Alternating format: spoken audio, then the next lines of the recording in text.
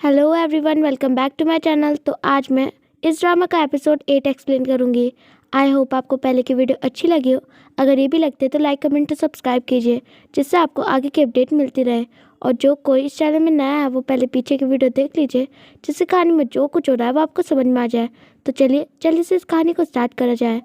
कहानी की शुरुआत उसी सीन से होती है और यहाँ पर सू कंटिन्यू करते हुए कहता है, तो फिर मेरी तरफ ऐसे कभी भी मत देखना। तुम मेरे लिए सॉरी फील कर रही थी और तुम्हें मुझ पे दया आ रही थी। तुम्हें पता है कैसा फील होता है उस पर्सन से चैरिटी पाना जिसे तुम पसंद करते हो। और वो उसे छोड़ते हुए कहता है, अगली बार मैं पता नहीं क्या कर दूंगा, तो मेरी नज़रों से दूर हो जाओ। और वो वहाँ से चले जाता है। फिर हम रात को सू को देखते हैं जो आसमान की तरफ देख रहा होता है। तभी वहाँ बेका आता है और वो उससे सॉरी कहता है क्योंकि वो कुछ नहीं कर पाया।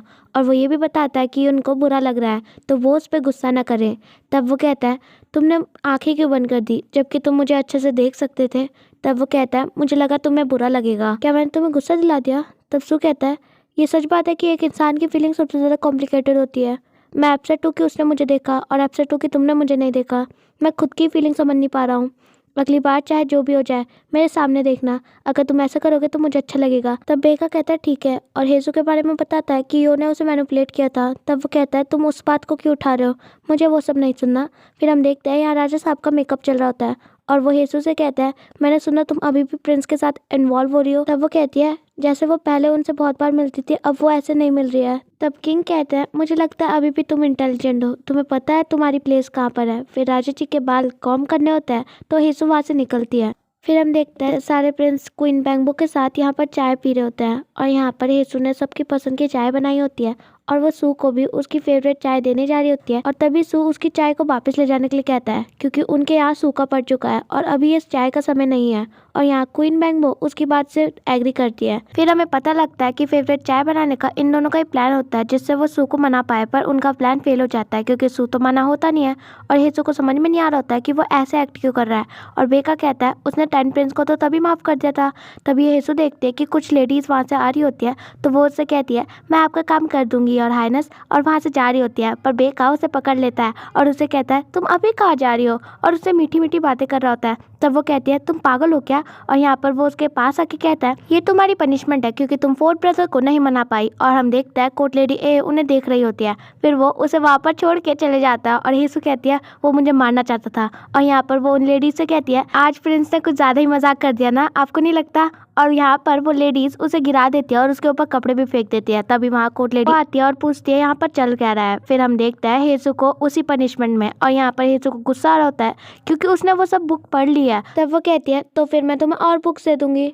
और यहाँ पर वो उसे बताती है कि उसकी सारी गलती थी।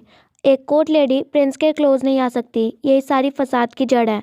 कभी भी प्रिंस से बात मत करना और उन्हें ऐसे देखना मत, तभी तुम सफ़र नहीं करोगी। तब वो कहती है, मैं सब प्रिंस को पहले से आने से पहले से ही जानती हूँ और यहाँ पर मैं उनके साथ कोई फ्लर्टिंग या फिर उन्हें बहकाने की कोशिश नहीं कर रही हूँ जैसे सबको लग रहा है। तब वो कहती है, अगर तुम्हें लगता है कि तुम रिलेशनशिप नहीं तोड़ सकती तो तुम गलत हो। देखो अपनी चोट की तरफ, तुमने किंग से एक ही कट में रिलेशनशिप तोड़ दिया, तो दूर रहो सारे प्रिंस से। तब हेसू हाँ कहती है और उनसे पूछती है कि वो हमेशा दलिया क्यों खाती रहती है, उसने उन्हें कभी नहीं देखा कोई प्रॉपर मील खाते हुए।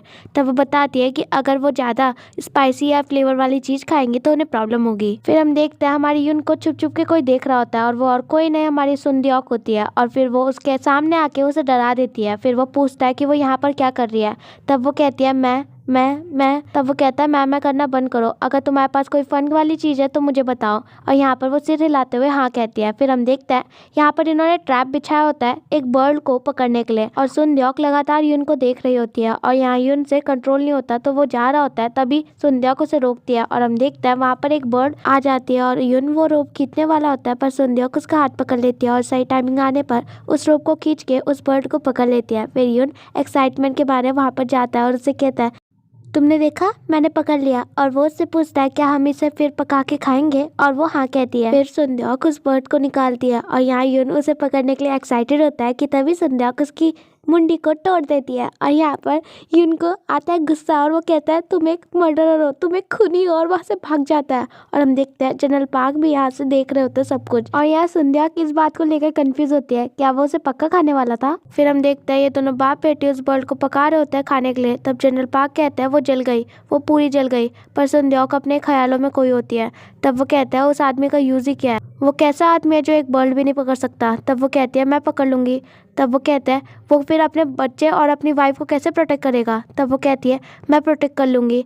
तब वो पूछता है मुझे नहीं लगता तुम अपना माइंड चेंज करोगी। तब वो कहते हैं मेरे पास बस एक ही रास्ता है, और वो फाइटिंग मोड में खड़ी हो जाती है। तब वो कहते हैं क्या हे तुम्हें लगता है मैंने तुम्हें फाइटिंग इसलिए सिखाई कि तुम एक लड़के के लिए मेरे खिलाफ खड़े हो जाओ? क्यों तुम ठीक है देन तुम्हें जो करना है वो करो। फिर हमें बताया जाता है कि एक रेन रिचुअल होने वाला है, तो सभी प्रिंस को डेमीवॉन जहाँ पर हेसू रहती है वहाँ जाने से मना किया गया है। फिर हम हेसू को देखते हैं जो काम करने के बाद थकी हारी अपने कमरे में आती है। तभी उसकी नज़र एक लेटर पे जाती है और वो उसे खोल के देखती है। पहले उसे समझ में नहीं आता, तभी उसके दिमाग की बत्ती जल जाती है। फिर हम देखते हैं वुक को उसी सीक्रेट केव में, और यहाँ पर तभी हेसू भी आ जाती है और वो बताता है चायांग ने मुझे इस जगह के बारे में बताया और मैं तुम्हें बहुत मिस कर रहा था इसलिए मैं आ गया। फिर वो बैठ के बातें करता है जहाँ पर वुक उससे पूछता है कि उसने ये जगह छोड़ी क्यों नहीं, वो यहाँ से निकल सकती थी। तब वो कहती है मैंने सोचा था मुझे कुछ स्टेप लेने थे ये करने के लिए, पर जब मैं पहली बार पैलेस आई तो मुझे फोर्थ प्रिंस ने कुछ बताया कि कोरिया में ऐसी कोई जगह नहीं है जहाँ पर मैं राजा की आंखों से बच सकूं। फर्क नहीं पड़ता मैं कहीं पर भी भाग जाऊं, मैं राजा के हाथ की हथेली में ही रहूंगी। और यहाँ वो उसकी बात से एग्री करता है। तब वो उसे कंफर्ट दिलाने के लिए कहती है कि ये प्लेस उसे सूट करता है और यहाँ वो बहुत मेहनत करेगी और अच्छे से रहेगी, और जब तक उसे ऑफिशियली यहाँ से निकलने के लिए ना कहा जाए तब तक क्या वो उसे भूल नहीं सकता। तब वो बताता है कि यहाँ पर एक बड़ा रेन रिचुअल होने वाला है और राजा किसी न किसी की एक विश पूरी करेंगे, और अगर रेन हुई तो वो मांगेगा कि हेसू इस पैलेस को छोड़ दे। और यहाँ पर वो कहती है तो फिर मैं आपके साथ वापस घर जा सकती हूँ योर हाइनेस। ये बात सुन के वो हंसता है और कहता है मैं यहाँ के सारे मेडिकल हर्ब ढूंढूंगा और उन्हें खरीदूंगा, और वो सब कुछ भी जिससे तुम सोप बना सको, और उसे एक घर में रख लूंगा और उसमें हम रहेंगे। तब वो हंसती है और वो कहती है चायांग और हर योर हाइनेस योनवा को कंप्लेन होगी, और वो विश करती है कि रेन हो। तब वो कहता है उसे होनी ही होगी, और यहाँ पर वो उसके कंधे में सर रखती है। फिर हम देखते हैं हेसू यहाँ पर सीक्रेटली क्राउन प्रिंस का ट्रीटमेंट कर रही होती है। तब मिस्टर चॉय कहता है lady Su I am sure कि आपको पता है, आपको चुप रहना है। तब वो कहती है ऑफ कोर्स मैं अपने रास्ते चली जाऊंगी तो आपको चिंता करने की जरूरत नहीं है। और यहाँ पर थैंक्स के रूप में क्राउन प्रिंस ने उसे एक नेकलेस गिफ्ट किया होता है। तब वो थैंक यू कहती है। तभी वहाँ सू आता है उन्हें बुलाने। फिर वो दोनों चले जाते हैं और यहाँ सू हेसू की तरफ देखता है और हेसू भी अपना सामान पैक करके वहाँ से चले जाती है। तभी कुछ मेट्स उसे अपने साथ ले जाती है और सू भी ये देख लेता है। फिर वो मेट्स उसे क्वीन यू और थर्ड प्रिंस के पास लाती है और यहाँ पर उसकी इन्वेस्टिगेशन स्टार्ट होती है, जहाँ पर उससे बहुत सारे सवाल पूछे जाते हैं और वो कहती है कि उसे कुछ नहीं पता। तभी क्वीन यू उसके पास आके कहती है क्या तुम मेरा टेस्ट ले रही हो, और वो उसके बाल खींचती है और सू नीचे से वो सब देख रहा होता है। तब वो उसे क्वेश्चनिंग करती है और यहाँ पर तभी आवाज़ आती है प्लीज़ उसे छोड़ दीजिए, और ये आवाज़ हमारी कोर्ट लेडी ओ की होती है। और यहाँ पर हेसू को बचाने के लिए वो झूठ बोलती है कि उन्होंने ही हेसू को हिज मैजेस्टी के पास भेजा था ऑयलमेंट देने के लिए, क्योंकि रेन रिचुअल की वजह से उनकी नी में इंजरी आ गई है। तब वो पूछती है तो फिर इसे क्यों भेजा, वो तो अभी अभी आई है ना यहाँ पर। तब वो कहती है तो फिर मुझे जाना चाहिए था, तो क्या तब कोई मिसअंडरस्टैंडिंग नहीं होती। और यहाँ क्वीन यू वहाँ से जा रही होती है। तब वो क्वीन को रोकती है और उनसे कहती है कि डेमीवॉन उनके अंडर आता है जैसे किंग ने कमांड किया था, तो वो डिसाइड करेंगे कि उसे क्या सजा देनी है। फिर क्वीन वहाँ से गुस्से से चले जाती है और वो अपने कमरे में आती है जहाँ पर पहले से ही सू होता है। फिर क्वीन उसे पॉइंट में आने के लिए कहती है। तब वो कहता है आप चाहे कितनी भी नफरत करती हो कोर्ट लेडी ओ से, पर आपको अपनी डिग्निटी को मेंटेन करना होगा। आज आप कुछ ज़्यादा ही दूर चले गई कोर्ट लेडी ओ को नीचा दिखाने में। अगर आप डेमीवॉन में मुसीबतें लाएंगी तो ये किसी के लिए भी अच्छा नहीं होगा, और प्लीज़ निर्दोष लोगों में ब्लेम लगाना बंद कीजिए। और वो उन्हें सुना के वहाँ से चले जाता है। और यहाँ क्वीन सोचती है कहीं उसने ये सब हेसू की वजह से तो नहीं किया, और मुझे भी यही लगता है। फिर हम देखते हैं यहाँ हेसू कोर्ट लेडी ओ से थैंक यू कह रही होती है और उन्हें बता ही रही होती है कि वो क्यों गई थी वहाँ पर। तभी कोर्ट लेडी ओ उसे थप्पड़ मारती है और यहाँ पर वो उसे सुनाती है कि उन्हें रिग्रेट हो रहा है इस बात का कि उन्होंने उसे अंदर ले लिया, मतलब डेमीवॉन में ले लिया। और यहाँ पर हेसू उनसे पूछती है मैंने इतना क्या गलत कर दिया, आप भी तो मेडिसिन बनाती हैं, मैं उसका इलाज कर सकती हूँ, तो आप मुझे क्यों बोलते हो उसे इग्नोर करने के लिए। मुझे आप किसी और कोर्ट लेडी से ज़्यादा लेक्चर देती हैं और पनिश करती हैं। फ़र्क नहीं पड़ता कितनी बार भी मैं इसके बारे में सोचूं, मुझे समझ में नहीं आता क्यों ये डिफरेंट है कि अगर मैं क्राउन प्रिंस के लिए मेडिकल हर्ब बनाऊंगी। तब वो कहती है तुम पैलेस को नहीं जानती, तुम कुछ भी नहीं जानती। तब वो कहती है नहीं मुझे कुछ भी नहीं पता, तो क्या आप मुझे सिखाएंगी। मैं बहुत कोशिश कर रही हूँ इन सब से निकलने की, पर ऐसा क्यों है कि आप मुझसे इतनी ज़्यादा नफरत करती हैं। मैं हर्ट हूँ, फ्रस्ट्रेट हूँ, और ऐसा लगता है मुझे मिसट्रीट किया जा रहा है। तब वो कहती है क्योंकि मैं जब भी तुम्हें देखती हूँ मुझे अपनी याद आती है, तुम लोगों पे ट्रस्ट करती हूँ, तुम उनके साथ अच्छी हो, तुम्हें डर नहीं है, तुम जैसी लड़की पैलेस में नहीं होनी चाहिए, तुम जैसी लड़की आसानी से मर जाएगी, मुझे डर लगता है। और तभी उनके पेट में दर्द हो जाता है और वो वहाँ पर बेहोश हो जाती है। फिर हम देखते हैं कोर्ट लेडी वो उठती है और तब वहाँ हेसू आती है और उनसे पूछती है क्या उन्हें अब ठीक लग रहा है, और उन्हें बताती है कि उनका बहुत तेज पेट दर्द हुआ था इसलिए वो बेहोश हो गई। तब वो पूछती है इसके बारे में किसी को नहीं पता है ना। तब वो कहती है चिंता मत कीजिए, मैं किसी को भी नहीं बताऊंगी कि दलिया दलिया खाने से आपकी स्ट्रेंथ चली गई। फिर हेसू ने खाना खाने के लिए कहती है और वो कहती है कि वो यहाँ से जा सकती है और हेसू जा नहीं रही होती। तब वो कहती है जिद्दी मत बनो, मैंने कहा ना जाओ। और यहाँ वो कहती है आपके ऐसा कहने से काम नहीं चलेगा, मुझे पता है कि आप मुझे इतने समय से ऐसे ट्रीट क्यों कर रही थी। आपको चिंता थी कि मैं कोई मिस्टेक करूंगी और मर जाऊंगी। आपने देखा है कि मैंने अपना हाथ भी हर्ट किया है। आपने कहा कि मैं आपकी तरह बहुत ज़्यादा हूँ, तो मैं आपकी तरह ही बहुत केयरफुल रहूँगी और यहाँ पर अच्छे से रहूँगी। तो आपको भी किसी और पे डिपेंड होना सीखना होगा जब आप ऐसे बीमार हो, ऐसे करना सही रहेगा। फिर वो उन्हें खाना खिलाती है और वो नहीं खाती तो वो कहती है कोर्ट लेडी ओ मेरा हाथ दर्द हो रहा है। फिर वो खाना खा लेती है। फिर हम सभी प्रिंस को देखते हैं जो अपना नाम और डेट पर एक बाउल में डाल रहे होते हैं जो मिस्टर चॉय के पास होता है और इनमें से सिलेक्शन होगा कि कौन रेन रिचुअल करेगा। एज जो हमारे किंग होते हैं उनका शरीर अब साथ नहीं दे रहा होता और जो क्राउन प्रिंस होता है वो कंट्री से बाहर गए होते हैं और यहाँ मिस्टर चॉय इस आइडिया का सजेशन देते हैं और यहाँ यून को ये सब नहीं करना होता। तब वो कहता है ये इंपॉर्टेंट नहीं है किसे चुना जाएगा, ये इंपॉर्टेंट है कि रेन हो। तब जुंग पूछता है वो अगर रेन नहीं हुई तब क्या होगा। तब थर्ड प्रिंस कहता है तुम्हें मरना होगा। तब वो कहता है मरना। तब वो बताता है कि जब ये नेशन नहीं बना था तब लोगों ने खुद ही किंग को मार डाला था। उनका कहना था कि रेन की रिक्वेस्ट के लिए किंग का खून बहाना होगा। अब यून मिस्टर चॉय के पास जाके कहता है जी मॉन्ग मेरा नाम हटाओ। और यहाँ पर वो कहता है नहीं नहीं मैं श्योर हूँ कि तुम्हें कोई नहीं मारेगा। तब वॉन कहता है जैसे यू ने कहा अगर बारिश नहीं हुई तो पूरा नेशन हम पे गुस्सा हो जाएगा, तब हमें कौन बचाएगा। तब सू कहता है कोई इंसान स्वर्ग को नहीं ला सकता, ऐसा नहीं है कि बारिश नहीं होगी क्योंकि हमने रेन रिचुअल किया था। तुम्हें बस तब तक रेन रिचुअल करना है जब तक बारिश ना हो जाए, तुम्हें बस इसे ऐसे ही दिखाना है। और वो अपना नाम और डेट बर्थ भी उस बाउल में डाल देता है। फिर हम देखते हैं यहाँ पर सिलेक्शन की बारी आ चुकी है और यहाँ राजा उस बाउल में से एक नाम निकालते हैं और वो और किसी का नहीं हमारा सू का होता है। और सू हैरानी से कहता है क्या। तब वो कहता है स्वर्ग ने तुम्हें चुना है तो तुम रेन रिचुअल करोगे। और वो उनके कमांड को एक्सेप्ट करता है और दूसरे पल वो कहता है ये कोई सेंस बना रही है बात कि मुझे चुना गया है। तब मिस्टर चॉय कहते हैं अपने आप पे डाउट करना अच्छी बात नहीं होती। और अगले दिन रेन रिचुअल स्टार्ट होता है और यहाँ पर सू को चुना गया था इसलिए वो रेन रिचुअल कर रहा होता है, पर लोग उसे एक्सेप्ट नहीं करते क्योंकि उसने मास्क पहना होता है। और उनका कहना होता है कि अगर हेवन गुस्सा हो गए तो फिर वो उस पर पत्थर मारता है और उस पर कीचड़ भी फेंकता है जिससे वो वहाँ से चले जाए। वो जैसे तैसे करके पैलेस आता है और यहाँ पर सब उसे देखते हैं और सू भी उसे वैसे ही देखती है जैसे सब देख रहे होता है, तो वो वहाँ से चले जाता है।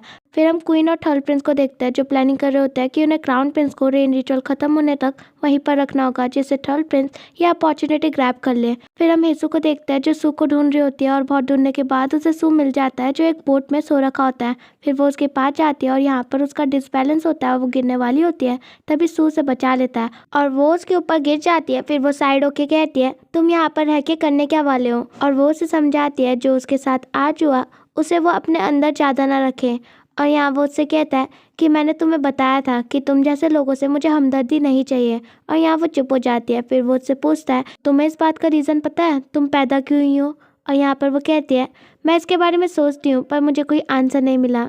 मुझे कैसे जीना है ये मैं डिसाइड करूँगी, चाहे मैं एक कूल लाइफ जी सकती हूँ या फिर एक सैड लाइफ भी, पर मुझे ऐसी लाइफ नहीं जीनी जिसमें मुझे दूसरे कंट्रोल करें। इस दुनिया में किसी की लाइफ भी इजी नहीं होती, तुम बस उन्हें नोटिस नहीं करते, सबकी एक हार्ड लाइफ होती है। और यहाँ सू कहता है तुम अभी भी छोटी हो पर ऐसे दिखा रही हो कि तुम्हें दुनिया के बारे में बहुत कुछ पता है। फिर हम हेसू को देखता है जिसे नींद नहीं आ रही होती क्योंकि उसके दिमाग में सू की बातें चल रही होती है कि वो इस दुनिया में पैदा क्यों हुई। फिर वो अपना सारा सामान निकाल लेती है और यहाँ पर वो क्रिएशन करती है फाउंडेशन की।